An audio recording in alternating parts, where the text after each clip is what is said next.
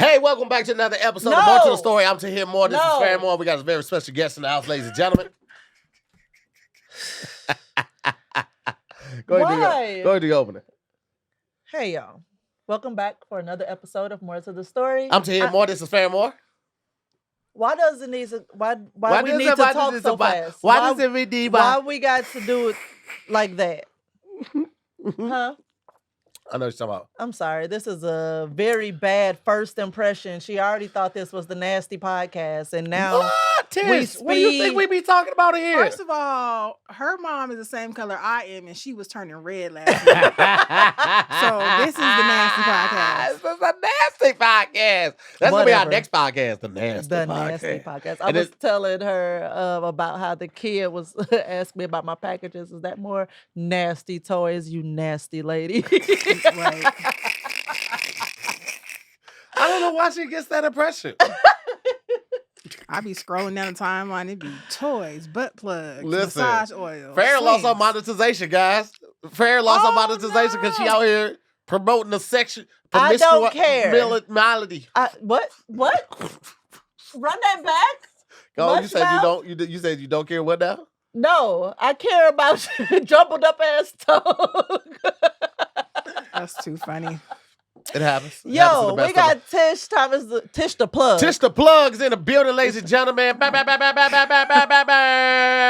how it was really supposed to go. I'm sorry for that sad ass introduction. You are fine. But this fucking guy. If you guys remember during the quarantine, Tish came on Zooming with the homies one time with the body butters, sold out that fucking night. The body butters are the best moisturizing tool that you can add to your fucking life.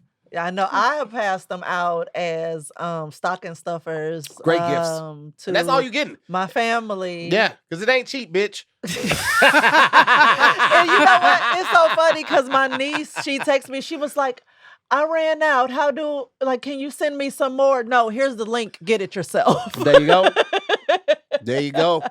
Get it yourself. Get it yourself. Mm-hmm. I gave you the first bump was free. That's how I sell it. Really?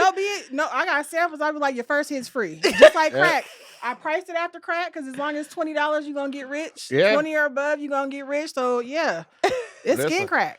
Listen, skin crack. If you watch The Wire or what was the one with Denzel? Made in America? Not Made in America. What? American Gangster? American Gangster. Yeah. You know that. You always give them the first hit for free. Blue Magic. Blue Magic. You said Made That's in a America. brand name. I stand behind it. Confusion. I can guarantee it. I can guarantee it.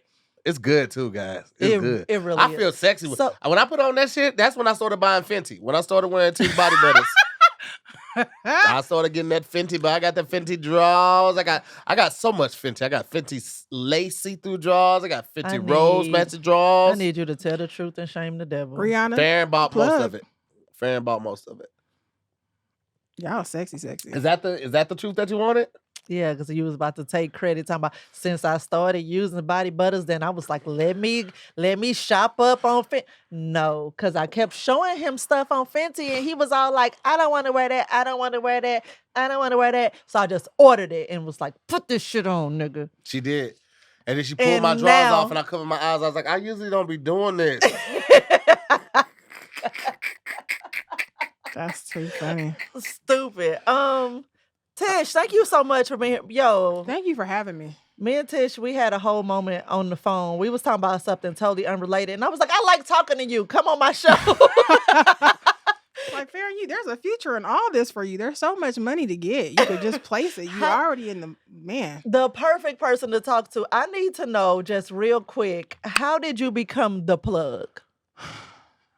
You know what? I had a background in corporate. Mm-hmm. And then when I got laid off, I had these amazing benefits. I had flat management. I had unlimited vacation. I was making 6 figures a year. I didn't have no boss. Lunches were covered. Uber. We had an Uber credit. I had a company credit card. I had all these perks. And then they laid me off. And I was like, I ain't about to go. Where am I going to work? Where you going to get all of that shit? I don't know. Mm-hmm. And then at the time, I had a friend named Kanisha Buss, who is a comedian. Mm-hmm.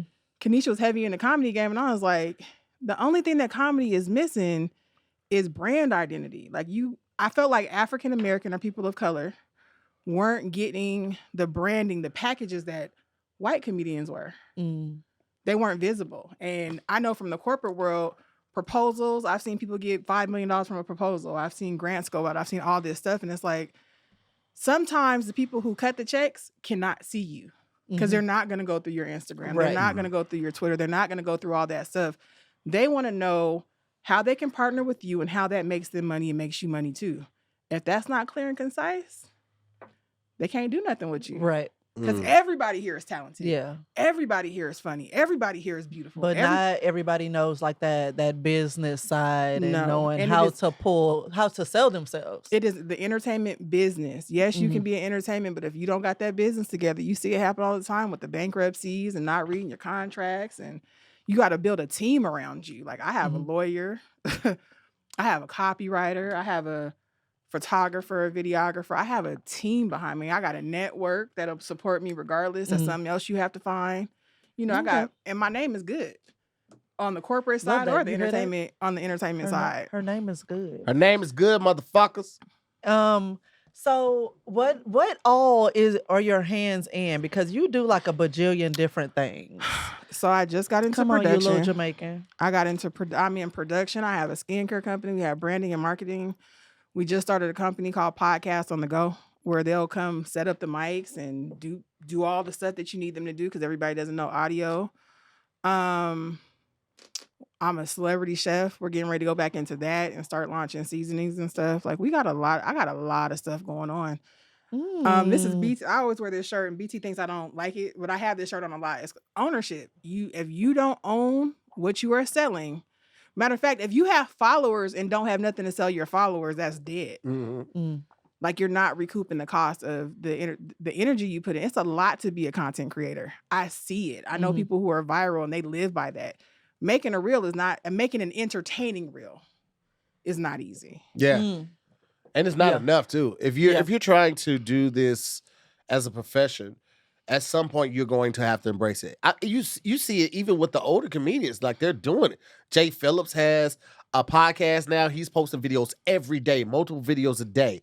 You see it with Godfrey. You see it with a lot of the OGs that were like a class or two classes before. It's like, Said has an active page. DL has been one of the most active people on Instagram since we started getting videos.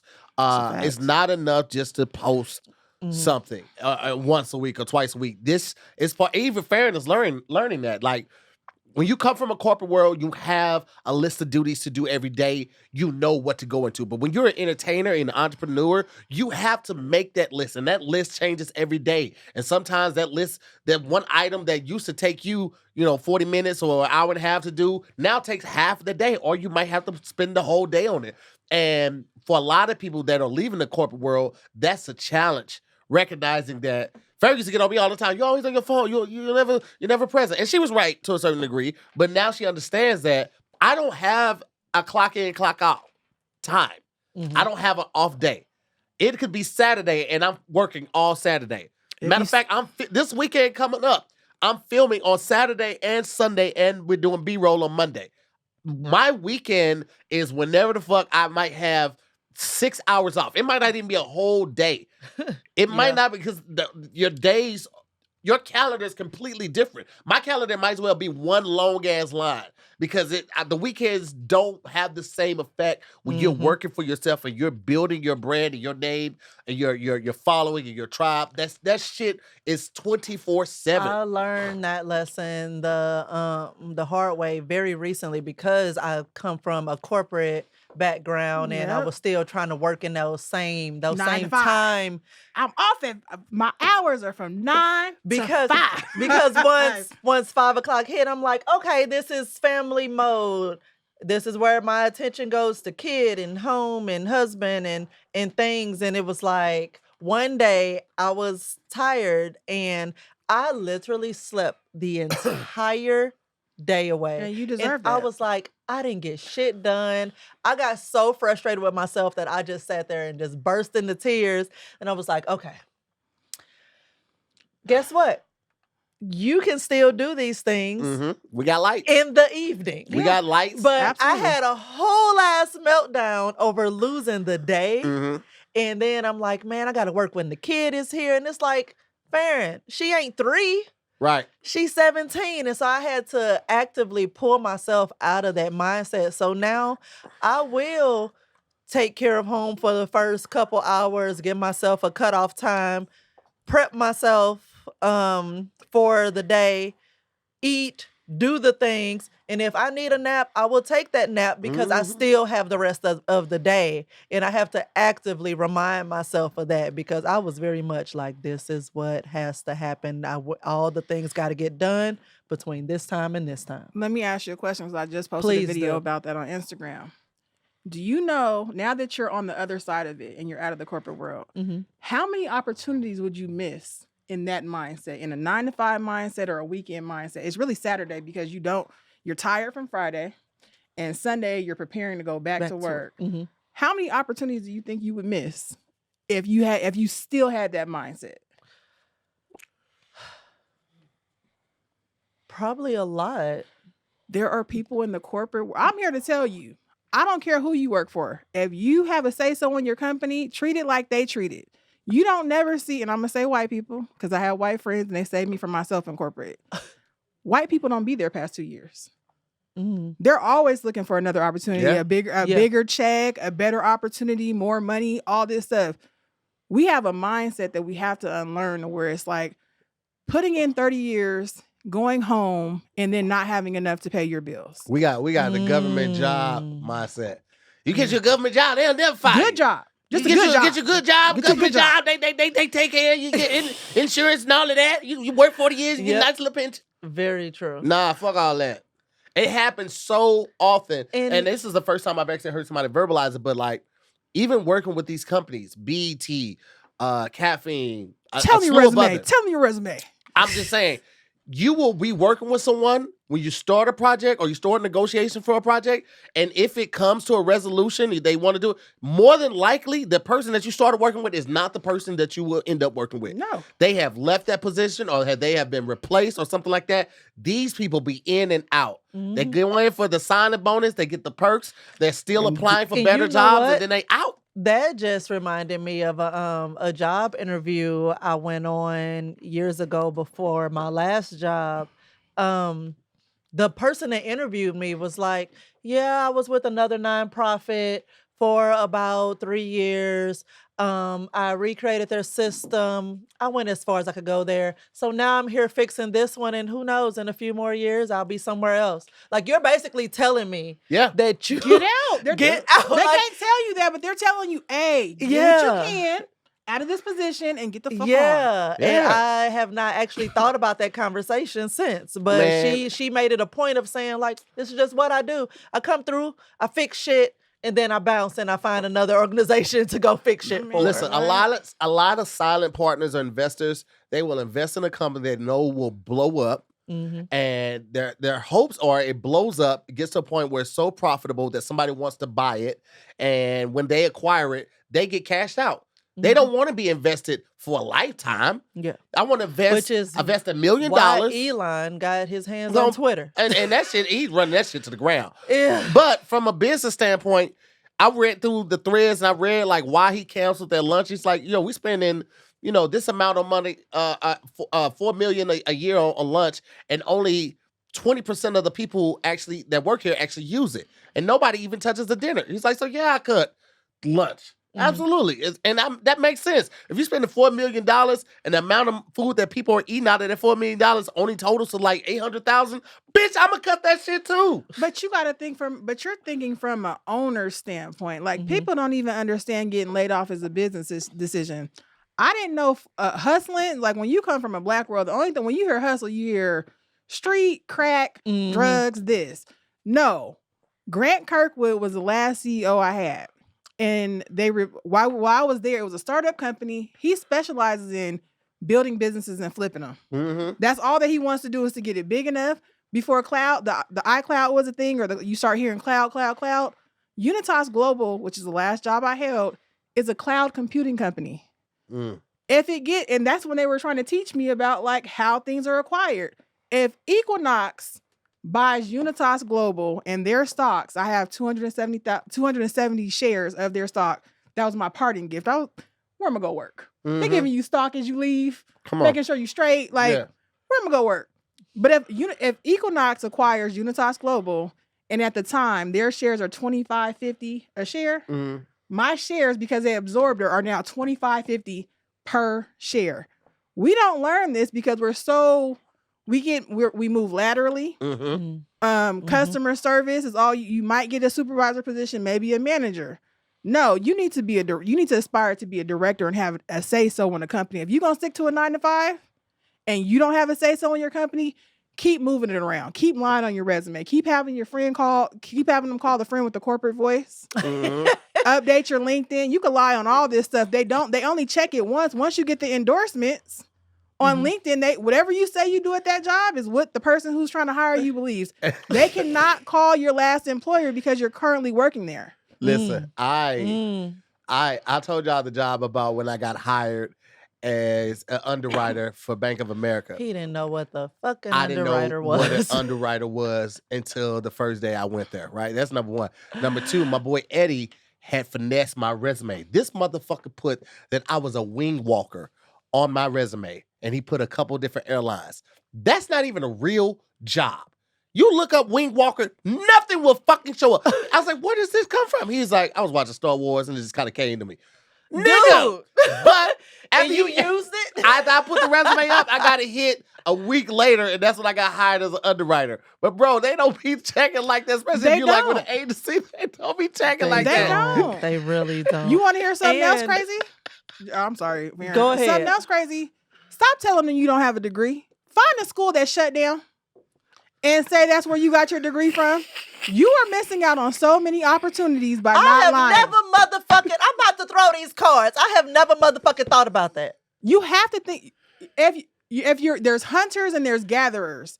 Let them I had a white dude, his name is Justin Walker at Microsoft, pulled me to the side. They asked me to do something. I was like, I don't know how to do that. He was like, come over here. Now I know that I never do. Now he knows. He would have been if we were here. If it was Harriet Tubman, he definitely would have been helping free slaves for sure. He pulled me to the side and said, "Don't you ever tell them that you can't do something. Never. You let them tell you that you can't do it. Mhm. You let them give you the feedback. And if you got to stay up all night to figure out how to get it done, Mhm. that's what you have to do. Right. But that's why we don't get promotions because we so busy saying." Nobody's taught us. Nobody's done this. Nobody's done that. And it's, no, you have talking to do yourself out of it. out of money. Yo, This motherfucker say find a school that is no longer. a school that shut down. More, I can't And believe this is why she's here. A simple conversation about body butter. And she was just fucking dropping gems. And I was like, so you available to come on the show? Bruh. Yo, okay. Oh, that's Morris hilarious. Brown. If Morris you're Brown. older, it's gone. Morris Brown shut down right after the drum line came out. Hello. Hello. Hello. Who is Morris Brown? They got resumes you can design all on the internet. Get you a graphic designer. Yeah. If you don't have a graphic designer. But wait, you know what? get Morris one. Brown just came back, didn't they? No. Amir? No. One of them just came back. They're on their way back. Like their graduating class, I think last year, or maybe it was this year, was like 12. Find But another one. it's bad because they all There's like more. they were all on the same campus. It's like them and Clark Atlanta and something else, right? The ACU. Yeah. So Morris Brown, Clark, what's Clark Atlanta. No, Spelman and Morehouse. Mhm. The ACU. Y'all see? So just switching gears real quick. Since this is the Nasty Podcast, we about to get in your business. That's fine. That's fine.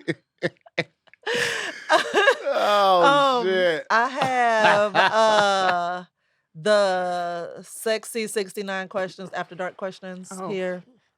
Yep, in your business. Yeah. Look at her face. I got a man now, so I mean it's cool. Yeah. It's cool.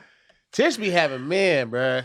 Like she get in like real relationships. Ooh. You I know, remember Lori Tish before got Lori one of her Harvey. exes. Before Lori Harvey. Listen, she got with a I nigga, was and Lori this nigga, before Lori was Lori. this nigga Tish upped and just moved to fucking London, France. France. France. Just moved to France.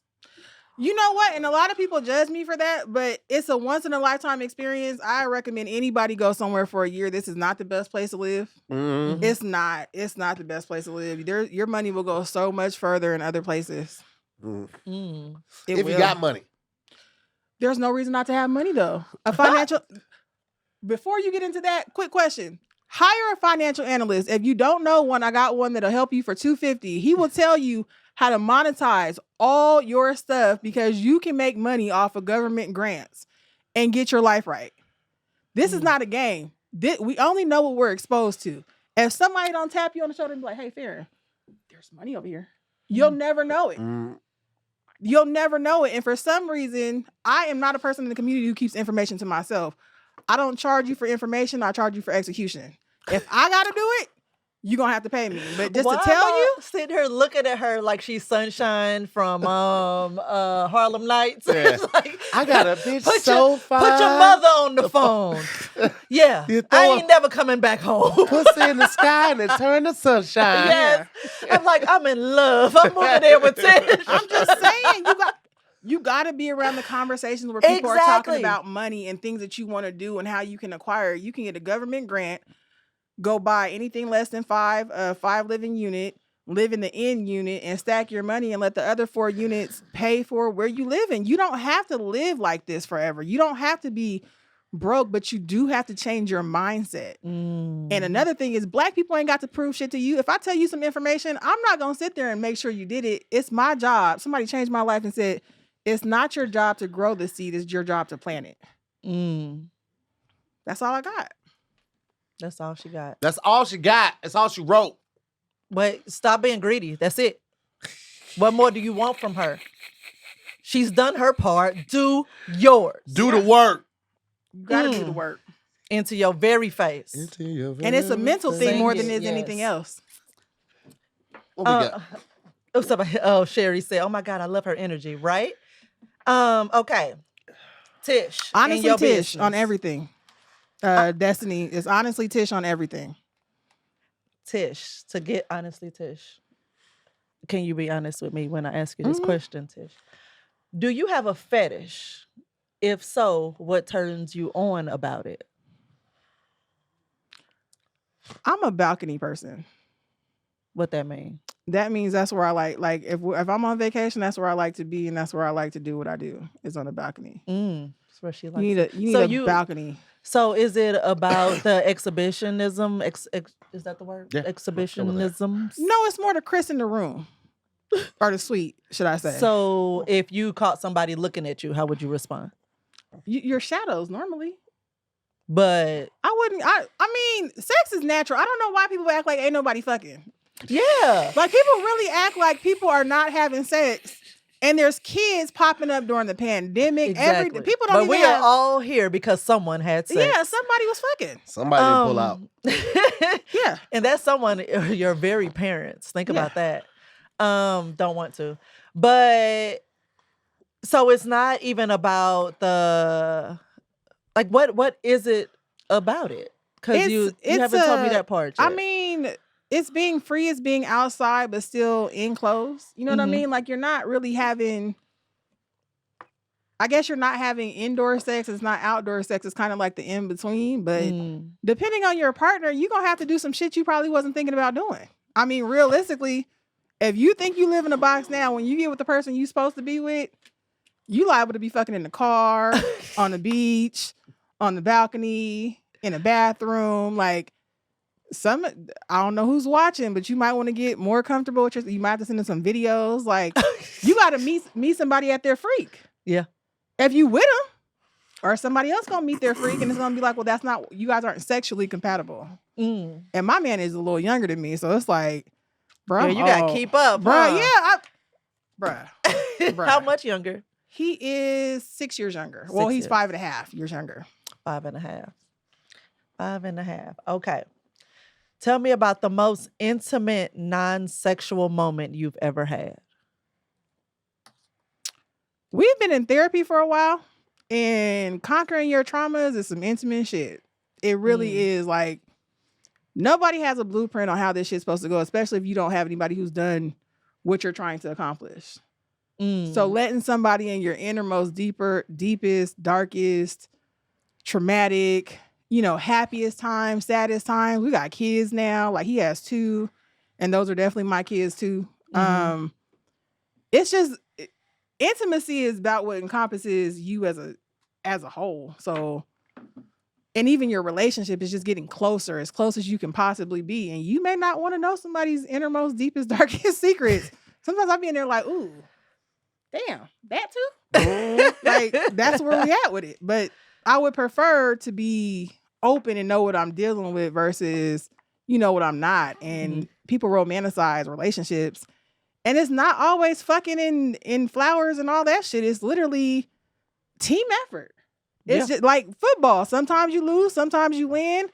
It's still important to engage the team and make sure everybody's up to speed. And sometimes you don't like how somebody feel about some shit you did. Yeah. You know what I mean? Like you just don't. But you got to get to a mature enough relationship to where somebody cares to express that to you. Somebody cares to communicate with you.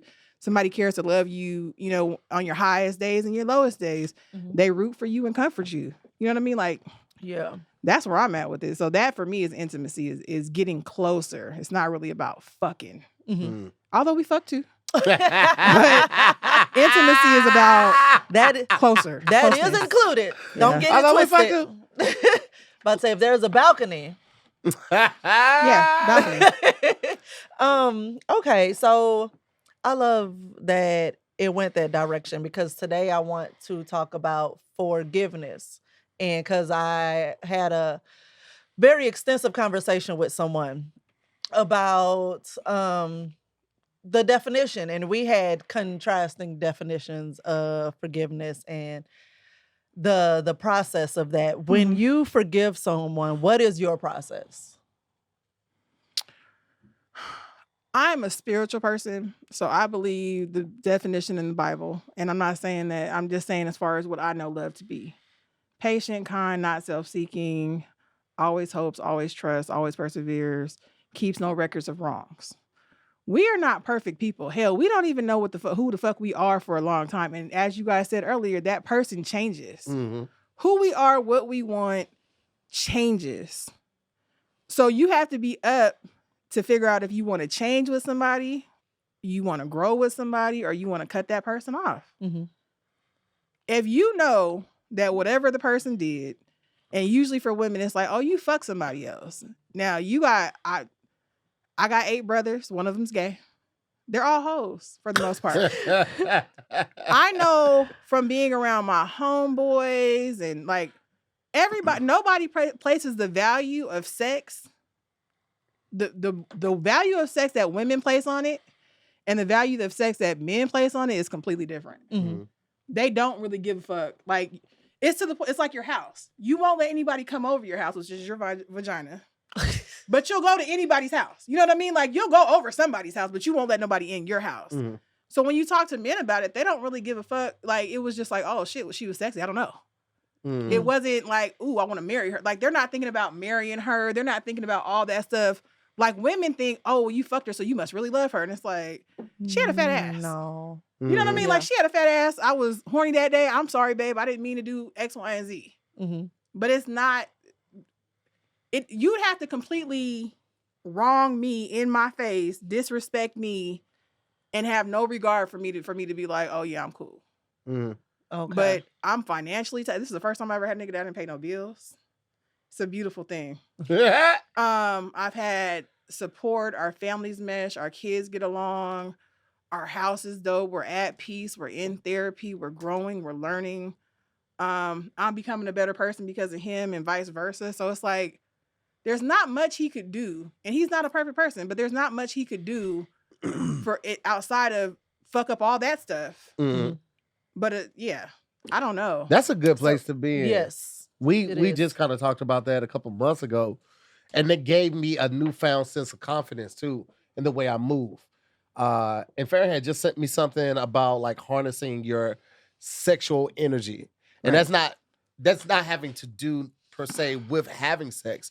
It's the energy that you possess when you are having sex, that sexy feeling, that in tune feeling, that powerful feeling, harnessing that and moving throughout the day with it. And when we had that conversation, I felt sexy. Oh, so you did read it and you Yeah. swiped through and things? Yeah, I be reading the stuff that you sent me. Okay. I felt sexy in that moment because it's like, yo, like there's like the physical sexy that people have, and what Tish was talking about. She's got a fat ass, that type of stuff. Then it's like it's a confidence sexy that a person moves with. You know what I'm saying? The valor that they carry around with them and how they conduct themselves. And when you have that confidence in your partner, it's like, if the whole fucking world is burning and everybody's against me, I got you. This motherfucker in my corner, bruh. I don't give a fuck. We gonna go hands up with this world. And when you move with that energy and that type of intention, man, it's free, it's beautiful, it's sexy. It's a lot. It increases your self-esteem and confidence. Like it's great. It really, really is. Chris, aka Mr. Talent, said, I feel like y'all type of love is hard to find. It is and it isn't. It is because you have to cipher through a lot of bullshit and a lot of people that ain't on the page. And you might not be on the page of the person that's ready to take it to that level because you're on the physical, sexy shit. Yeah. You have to get to a point where you want something more than just the physical. When you're looking for that life. You have to be friends. You have to be in the situation. Full, everything's on the table on purpose. I am with you and deciding to be with you and just putting it all out there. No games, no BS, on purpose. Because people get so caught up in looking a certain way or coming across a certain way when that's just a facade. Are you actually invested in with this person on purpose? Like, are you doing this with the intent that I hope it doesn't go wrong, but if it does, I put my all in that shit. And people fail to do that. And are you self-aware of where you are in life to be able to do that? Because I know I already knew, it was like, I'm not going to marry just anybody. Like, I wanted to be invested. I wanted to have those feelings like, I cannot see life without this person. And Tahir was the only person I had felt like that about. I had other partners who was like, yo, what would you say if I proposed to you? And I'm like, don't do it in public. So, or I want to marry you. We'll see. But never a good sign. Because we just weren't there, and I knew I wasn't there. Like, at the time these conversations was brought up, it's like, oh, friend, you don't even know I'm fucking somebody else. Like, I'm not invested in this.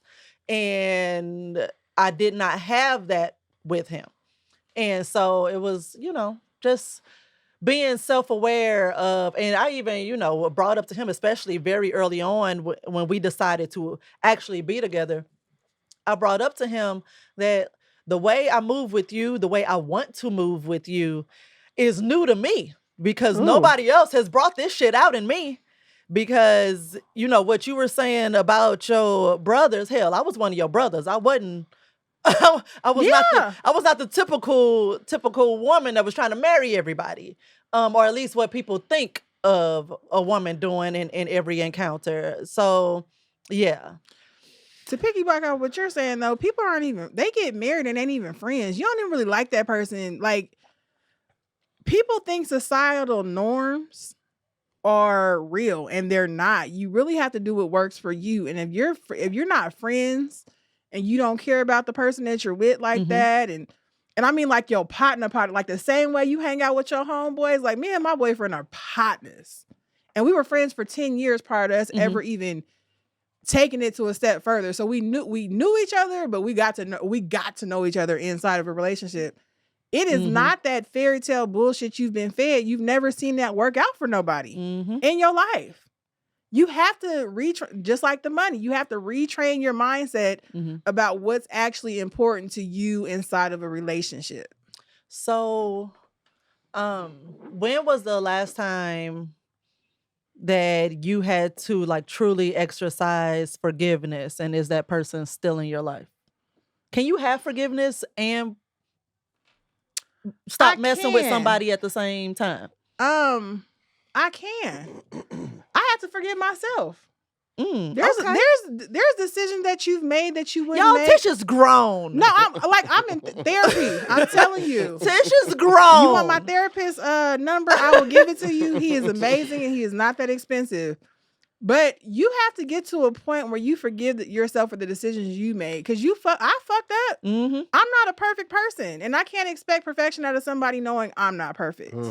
And that's for family. That's for friends. That's for, whatever somebody got going on. Sometimes it ain't got nothing. You might get cussed out, but it ain't got nothing. And it don't have nothing to do with you.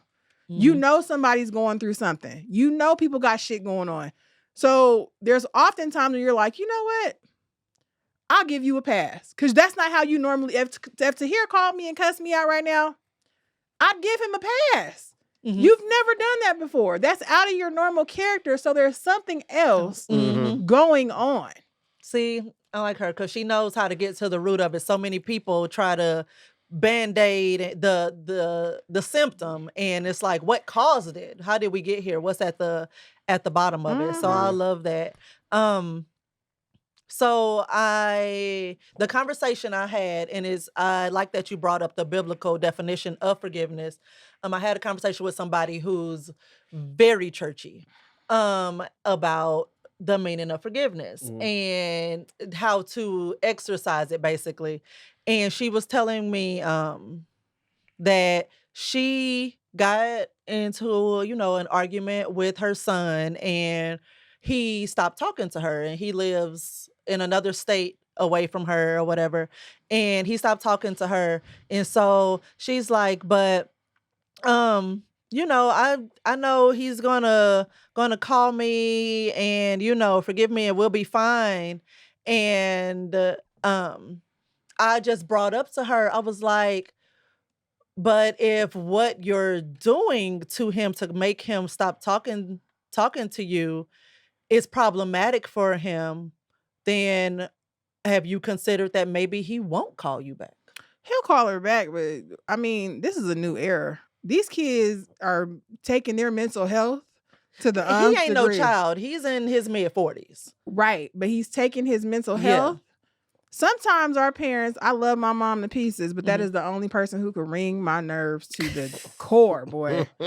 My mom, me and my mom are all the good things I get from my mom, yes. But that attitude, we'll lock horns. There are times where your parents, especially growing up, I grew up in church. I was at church camp in skirts and all kind of stuff. I just talked to my boyfriend about this morning. To be Christian is to be Christ-like, which means it's to be nice and loving to people. If you are not being nice to your kids and you know it, because she knows she fucked up. Mm-hmm. Why ain't she picked up the phone to call him and tell? You have to apologize to people when you wrong them. Mm-hmm. You cannot expect because you birthed somebody for them to always be like, no, but you're my mom. And that's the attitude I felt like she had. And so it was like, so we actually got on the topic of forgiveness before she told me the story about her son.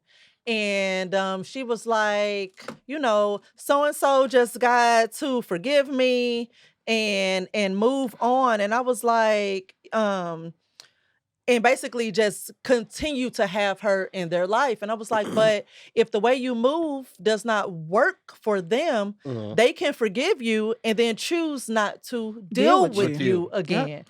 And then it was, so me and my son got into an argument and you're telling me that it would be okay for him not to contact me. I was like, if you're not making an effort to change how you're moving for him, and fine, you are who you are. You're perfect as you are. But that does not mean you're perfect as you are has to work for him. Mm-hmm. And he can but you're not perfect. But I'm not talking about perfection in the literal sense. I'm saying flaws and all, as you are who you are. And you're going to move the way you are. And if you're choosing that the situation is not enough for you, like you're right in this, for you to change for this person, and this person is like, well, I'm not willing to put up with that, then I'm going to leave you where you are, and I'm going to move forward because we gonna continue to bump heads. Let me put it into perspective. Yes. If you're not going to choose to grow, but I'm going to choose to grow, you're going to be left where you're at. Mm-hmm. Yeah. That's what's going on. Yeah. He is choosing to grow above the bullshit he's probably tolerated his whole life. Mhm. Yeah. And he doesn't. There's a reason why kids move far away from their parents. I'm being for real. Everybody has a limit. Yeah. Yeah. There is a breaking point that has to happen, and parents really feel like they hear one thing in the Bible: always honor your mother and father. Mm-hmm. That is all she hears in her mind. Mm-hmm. But there's other things about love.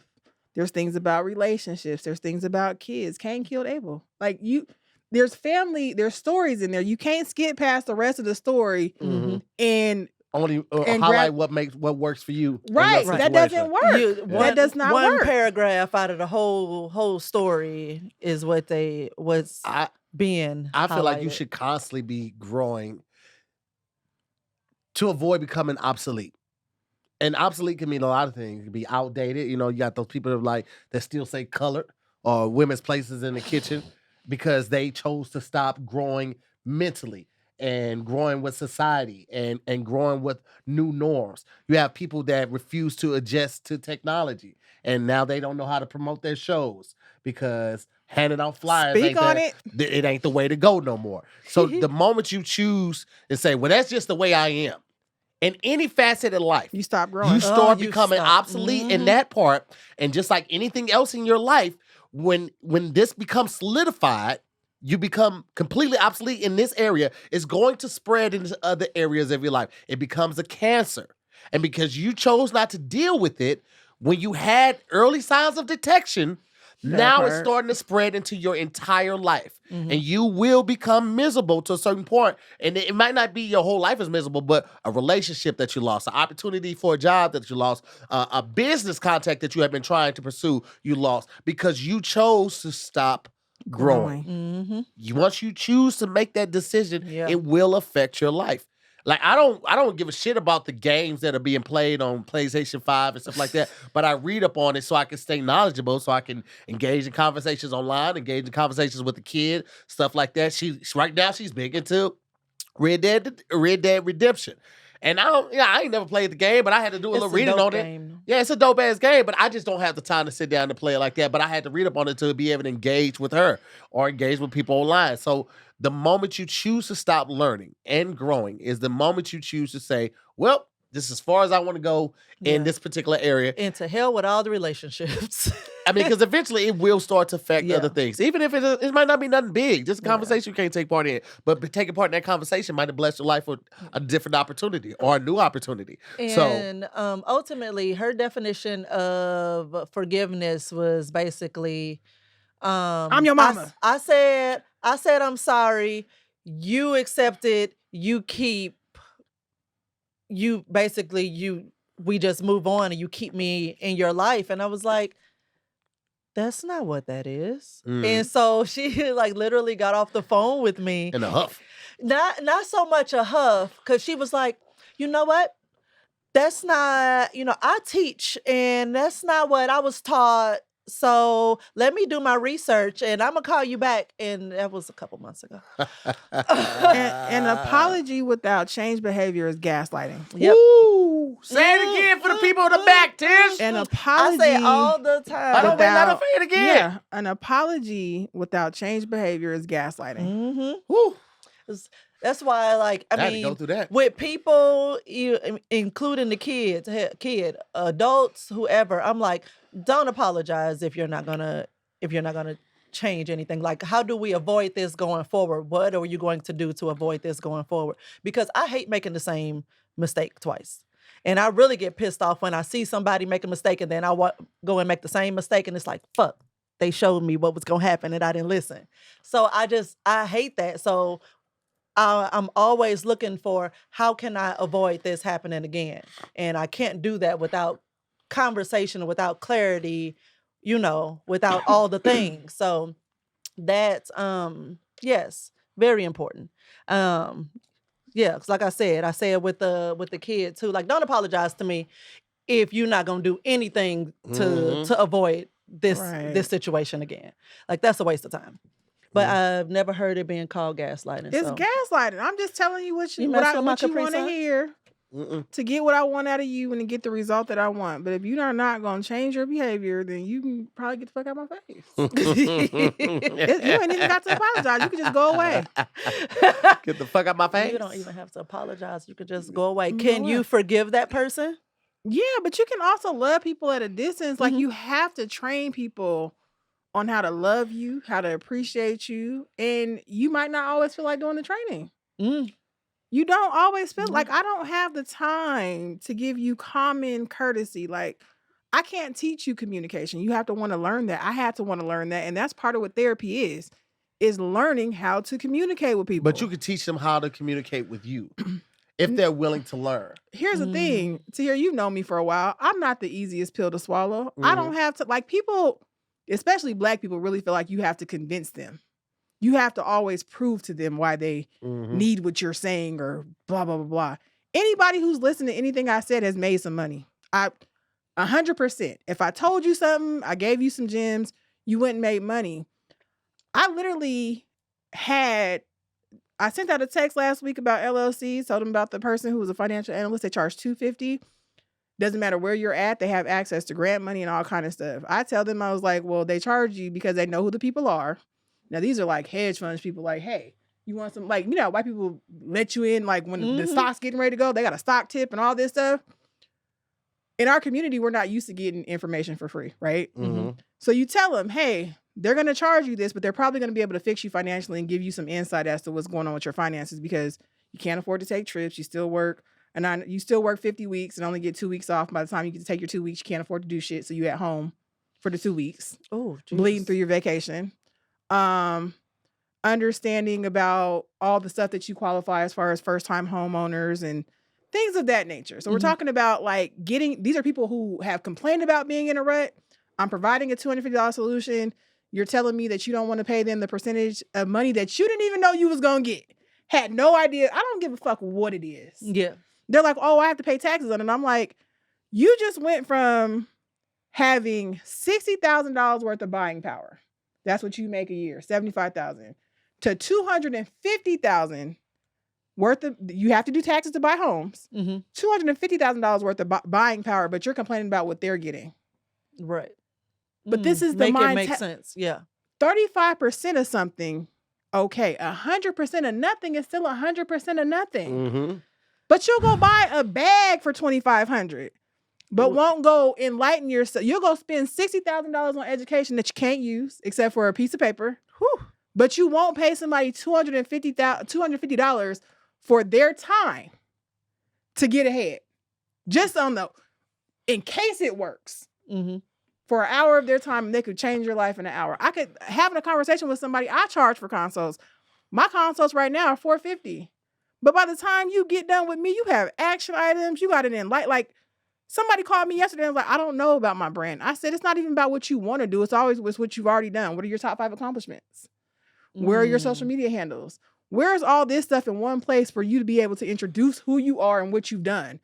It's like, well, I come from the corporate world. How much money have you generated for the company? You can lie about it. Who are they going to call? If you tell them that you generated $2 million for whatever company you work for because you were in sales, that whatever they Google is what they believe. Guess who's in charge of what they Google? You are. You can put all this stuff on the internet to prove the validity of what you just said. And once they Google it, you got to check. Wow. This is why you shouldn't believe everything you read on the internet. Girl. But people do. Yes, but people do. Yo. Oh my God. Tish, thank you so much for coming in today. You have love been a here. joy. Thank you for having me. And the gems and the things. And the things. And I like the way Tish talk. She no nonsense. No nonsense. I'm like, this is the longest conversation I've had with her outside of the phone call that led to her being here. And I'm like, you about to prepare to be sick of me. No, I'm prepare to be sick of me. You guys push the culture forward, though. And those are the things that I want to be a part of, is pushing the culture forward. Like, people people get so hung up on these followers, right? And it's like, because I don't have 10 million followers, you feel like I don't bring nothing to the table, because that's the measurement we're in now. Yeah. That's the measurement. How many followers do you have? Do you realize Tahir's following is more substantial at whatever number you got, because you have following with disposable income.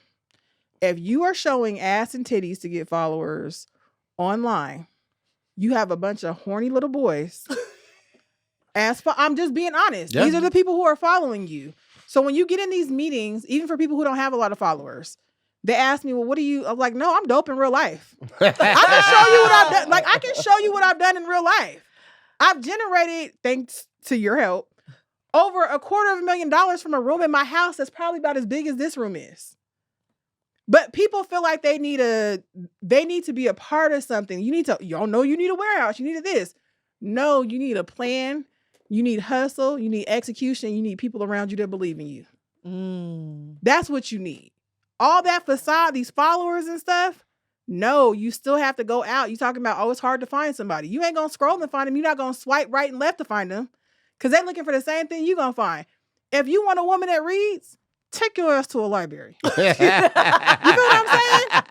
If you want a woman that cooks, take your ass to a grocery store. She's saying it through a teacher. Depending on if you're a hunter or a gatherer, depending on what you want, that's the environment if you want a woman that golfs, take your ass to the range. Yeah. Yeah. You gotta be where you want to attract these people. You can't.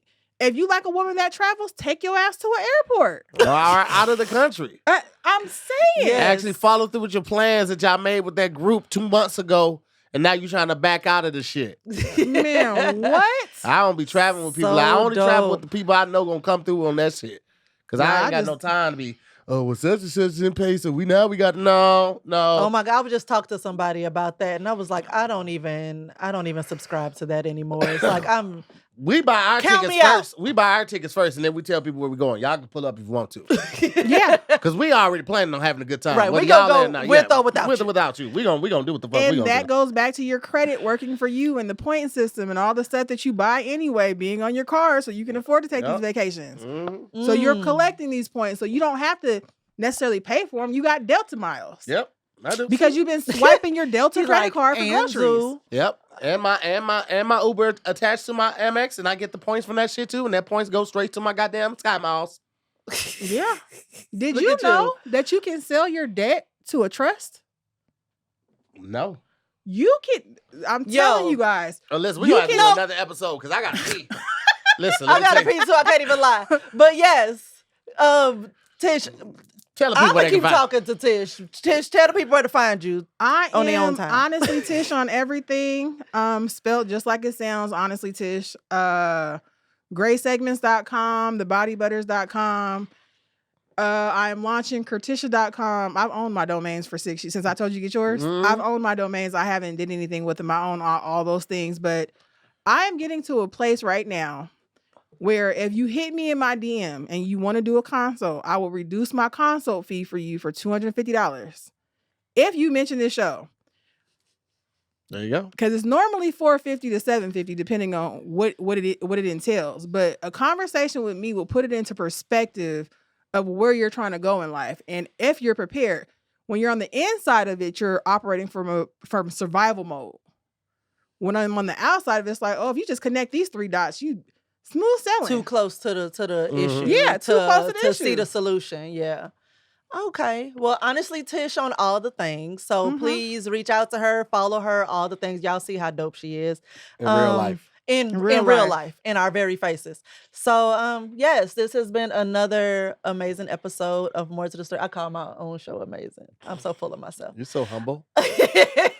Of More to the Story. It's amazing because of Tish, though. So, Yeah, it was. Oh, thank you. Of More to the Story, I'm Farron Moore. I'm to hear more. See y'all next week. See you next week, guys.